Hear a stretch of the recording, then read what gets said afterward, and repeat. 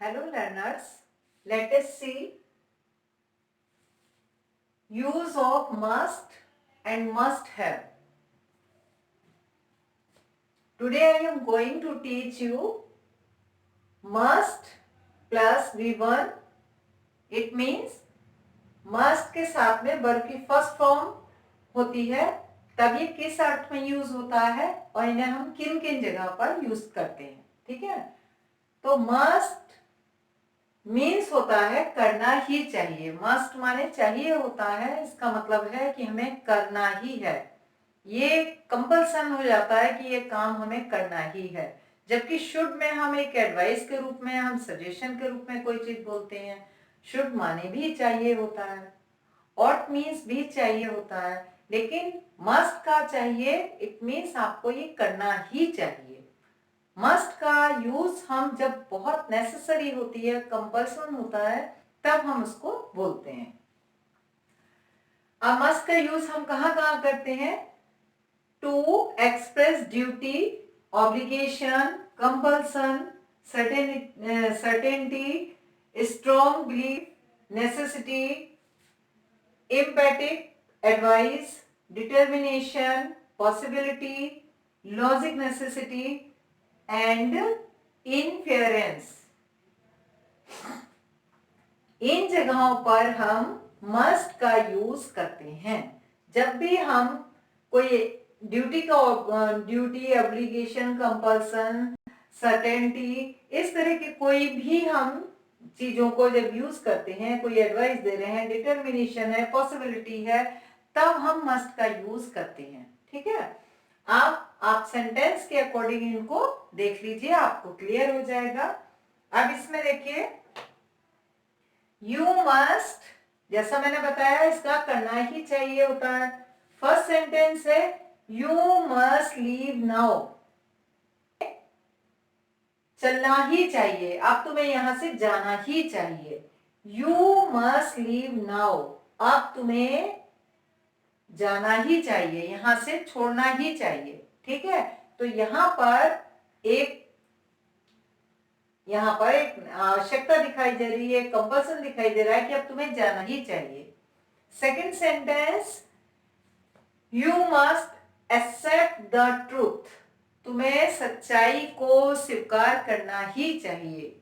ठीक है, यहाँ पर एडवाइस के देखिए, मस्ट के साथ में वर्ब की फर्स्ट फॉर्म है, यहाँ पर भी मस्ट एक्सेप्ट फर्स्ट फॉर्म है. You must accept the truth, तुम्हें सच्चाई स्वीकार करनी ही चाहिए, करनी ही चाहिए. You must travel with ticket, you must travel with ticket, तो मस्ट ट्रेवल, तुम्हें टिकट के साथ में, हमें टिकट के साथ में यात्रा करनी चाहिए. यानी हमें जब भी हम यात्रा करें तो हमें टिकट लेकर के ही यात्रा करनी चाहिए. तो we must travel with ticket, हमें टिकट के साथ ही यात्रा करनी चाहिए. You must finish this work today, तुम्हें आज इस काम को कंप्लीट कर लेना ही चाहिए, तुम्हें ये काम आज ही कंप्लीट करना चाहिए. तो यहां पर भी मस्ट और फिनिश आपका हो गया. You must take this medicine regularly, ये एडवाइस के रूप में आ रहा है, जैसा कि मैंने आपको बताया एम्फैटिक एडवाइस में भी इसका यूज हो जाता है. तो you must take this medicine regularly, तुम्हें इस मेडिसिन को नियमित रूप से लेना चाहिए, तुम्हें इस दवा को नियमित रूप से लेना चाहिए. यानी आप लापरवाही नहीं कर सकते. You must take this medicine regularly.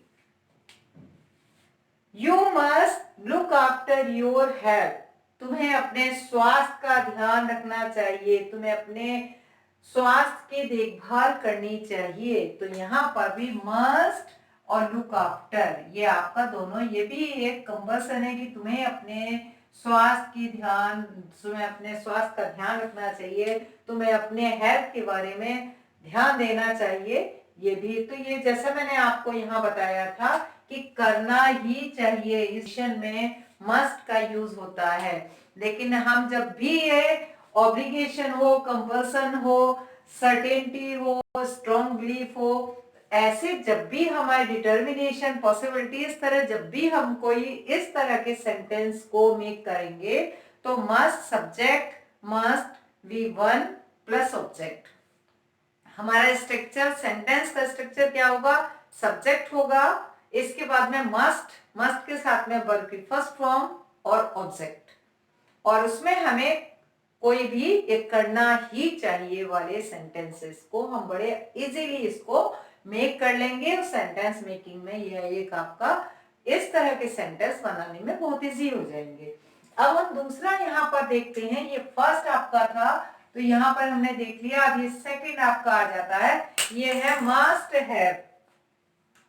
ठीक है, तो ये मस्ट हैव प्लस वर्ब की थर्ड फॉर्म, की होनी चाहिए या किया गया होगा। यहाँ हम एक पॉसिबिलिटी देखते हैं, यहाँ हम इमेजिनेशन करते हैं, ऐसा ही हुआ होगा।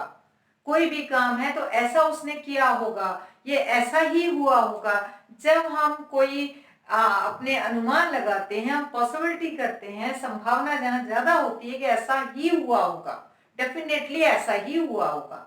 ठीक है, तो उस कंडीशन में मस्ट हैव के साथ में हम वर्ब की थर्ड फॉर्म का यूज कर देते हैं, और यहाँ पे हो जाता है की होनी चाहिए या किया गया होगा। अब आप एक सेंटेंस से देख लीजिए, ये सब भी आप इसी के अकॉर्डिंग आप चेंज करके बना सकते हैं। जैसे ये सारी चीजें इसमें भी यूज होती हैं, लेकिन बस यहाँ पे ये हम एक संभावना के अकॉर्डिंग इसमें हम सेंटेंस मेकिंग करते हैं। इसका जो स्ट्रक्चर है, subject must have plus verb की थर्ड फॉर्म प्लस ऑब्जेक्ट। ठीक है, और हमारा सेंटेंस इजीली बन जाता है। फर्स्ट सेंटेंस देखिए, he must have gone by बस। वह बस से गया होना चाहिए, यानी वो बस से ही गया होगा। ये क्लियर है कि वो बस से ही गया होगा, एक संभावना की जाती है वो बस से ही गया होगा। क्लियर है कि वो गया होगा तो बस से ही गया होगा। तो यहां पर देखिए आप, he must have gone by बस, वो बस से ही, वह बस से ही गया होगा। He must have waited for you, वह तुम्हारा इंतजार कर रहा होगा, या उसने तुम्हारा इंतजार किया होगा। करेक्ट, सॉरी, नॉट रहा होगा, उसने तुम्हारा इंतजार किया होगा, डेफिनेटली किया होगा। यहां पर देखिए, तो he must have waited for you, उसने तुम्हारा इंतजार किया होगा। He must have taken sleeping pills, उसने स्लीपिंग पिल्स की या नींद की गोलियां ली होंगी। ठीक है, तो उसने नींद की गोलियां या टेकन स्लीपिंग पिल्स ली होंगी, ये भी डेफिनेट हो गया। The accident must have taken place at 12 midnight. Accident या दुर्घटना आधी रात लगभग 12 बजे के आसपास हुई होगी। यहाँ पर भी संभावना दी जा रही है, लेकिन एक श्योरिटी भी है साथ में कि ऐसा ही हुआ होगा। ठीक है, तो यहाँ पर the accident must have taken place at 12 midnight, लगभग 12 बजे आधी रात के समय एक्सीडेंट हुआ होगा। He must have told her this, यह उसने ही उसे बताया होगा, यह बात उसने ही उसे बताई होगी। समझे? He must have told her this, ये बात या this उसने ही उसे बताई होगी। तो यहां पर भी must have and told, must have के साथ में थर्ड फॉर्म का यूज हुआ है। It is 10:30, अब 10:30 बज गया है या 10:30 हो गया है। The bus must have left, बस छूट गई होगी क्योंकि टाइम ओवर हो गया है, 10:30 हो चुका है, और मे बी पॉसिबल कि बस हमारी छूट गई हो। तो यहाँ पर इट इज 10:30, इस समय 10:30 हो गया है। The bus must have left, बस छूट गई होगी या बस चली गई होगी। ठीक है, तो यहाँ पर आपने देखा कि हम किस तरह से इन सेंटेंसेस को, तो यहाँ मस्ट हैव के साथ में क्या सेंटेंस बनते हैं, करना ही चाहिए। ठीक है, you must respect your teachers, तुम्हें अपने टीचर्स का रेस्पेक्ट करना ही चाहिए। You must help your youngers, तुम्हें अपने छोटों का की मदद करनी ही चाहिए।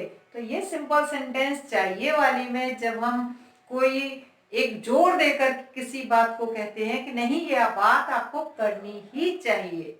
उधर हम शुड का यूज हम एडवाइस की तरह करते हैं। You must respect your parents, तुम्हें अपने मम्मी पापा का, तुम्हें अपने माता पिता का रेस्पेक्ट करना चाहिए।